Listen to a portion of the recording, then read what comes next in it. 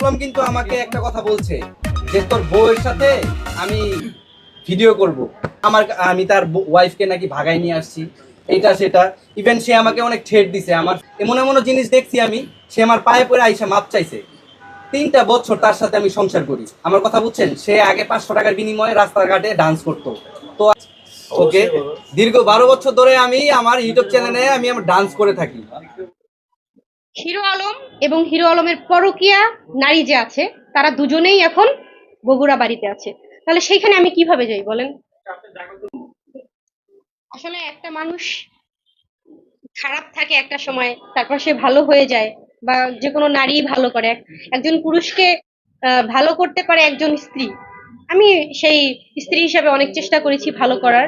এখন যদি না পারি, সেখানে আমার কিছু করার নেই। এই যে দালাল চক্র, এরা মেয়ে নিয়ে নিয়ে এসে যদি শোয়ায় দেয় তাহলে কি হবে?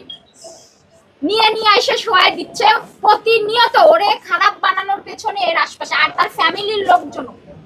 4 মাস ধরে না, আমি তো ব্লিডিং হয়েই যাচ্ছে। আমি ওর বাবারে নিয়ে দৌড়াদৌড়িতে আমি নিজের দিকে খেয়াল করি। করলো ওরা, খালা আমাকে হসপিটালে নেওয়ার পরে টেস্ট করে বললো কি, মানে ওই যে বাচ্চার যে ফুলটা রয়ে গেছে আর ওইটা